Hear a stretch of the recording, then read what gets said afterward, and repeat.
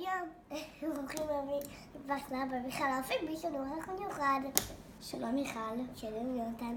לכבוד יום העצמאות. לכבוד יום העצמאות מכינים דגל ישראל. מה אנחנו צריכים? שמנת ופודים.